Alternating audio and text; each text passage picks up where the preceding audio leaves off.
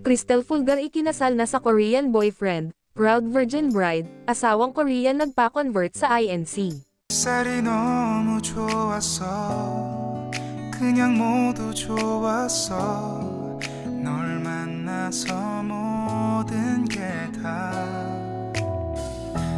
잠에서 깨어나서 휴대폰을 먼저 보게 돼 참 많이 변했다는가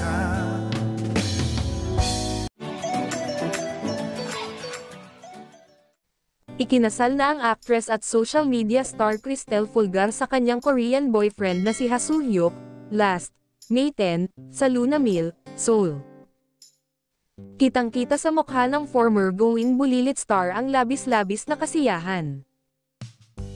Suot nito ang isang napakagandang off-shoulder gown na may beadwork at sequins, habang suot naman ni Soo-hyuk ang napaka-eleganteng classic tops.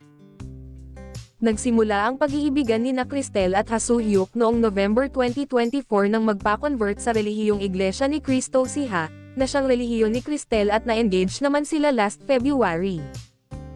Proud ang actress-vlogger na si Cristel Fulgar na certified virgin pa siya sa edad na 30.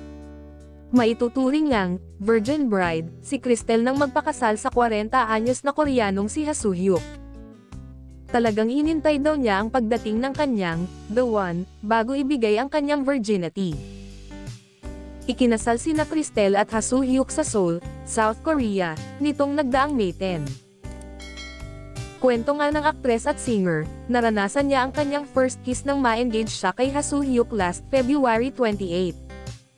Ibang-iba raw ang ginawang panliligaw sa kanya ng kanyang husband, hindi raw ito katulad ng mga napapanood sa mga K-drama.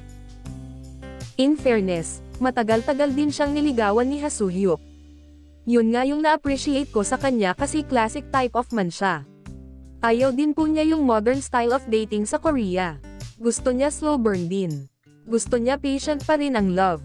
Sobrang na-appreciate niya yung values ko mayroon ako. First and last ko, gusto ko ganun. Super patient siya, as in willing to wait talaga, pahayag ng aktres.